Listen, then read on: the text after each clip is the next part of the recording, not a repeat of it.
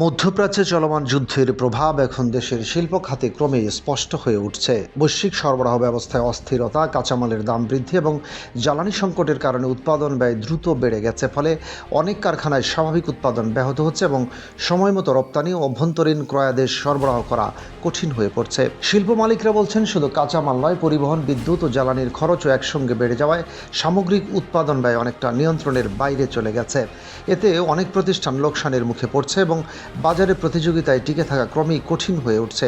ইতিমধ্যে কিছু কারখানা উৎপাদন কমিয়ে দিয়েছে, আবার কোথাও কোথাও ব্যয় কমাতে অস্থায়ী শ্রমিক ছাঁটাই শুরু হয়েছে। উদ্যোক্তাদের আশঙ্কা, এই পরিস্থিতি দীর্ঘায়িত হলে শুধু অস্থায়ী নয়, নিয়মিত শ্রমিক কর্মচারীদের উপরও এর প্রভাব পড়তে পারে। বড় আকারে কর্মী ছাঁটাইয়ের ঝুঁকি তৈরি হলে শ্রমবাজারে চাপ বাড়বে এবং বেকারত্বের হার আরও বৃদ্ধি পাওয়ার আশঙ্কা রয়েছে। দীর্ঘদিন ধরেই দেশের শিল্প খাতে এক ধরনের ধীরগতির প্রবণতা লক্ষ্য করা যাচ্ছে। রপ্তানি আয় প্রত্যাশিত হারে না বাড়া, নতুন বিনিয়োগে অনীহা এবং উৎপাদন খরচ বৃদ্ধির কারণে কর্মসংস্থান সৃষ্টিও বাধাগ্রস্ত হচ্ছে।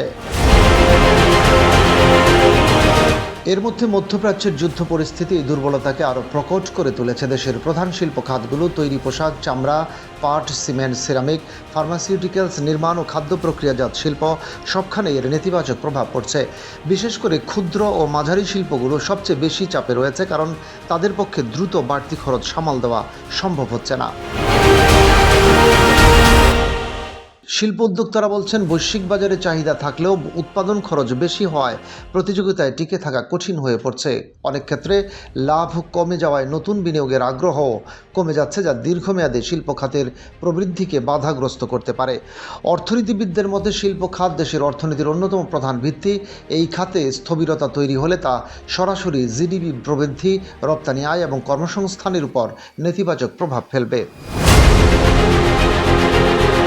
ফলে সামগ্রিক অর্থনৈতিক স্থিতিশীলতাও চাপের মুখে পড়তে পারে। বিশ্লেষকদের ধারণা, মধ্যপ্রাচ্যের যুদ্ধ যদি দীর্ঘায়িত হয়, তাহলে জ্বালানি সংকট, বৈশ্বিক সরবরাহ ব্যবস্থার অস্থিরতা এবং বাজার অনিশ্চয়তা আরও বাড়বে। এতে অনেক শিল্প প্রতিষ্ঠান টিকে থাকা কঠিন হয়ে পড়বে এবং উৎপাদন হ্রাস, বিনিয়োগ কমে যাওয়া ও বেকারত্ব বৃদ্ধির ঝুঁকি আরও গভীর হতে পারে। রশিদ কামাল, বাংলাবাজার পত্রিকা।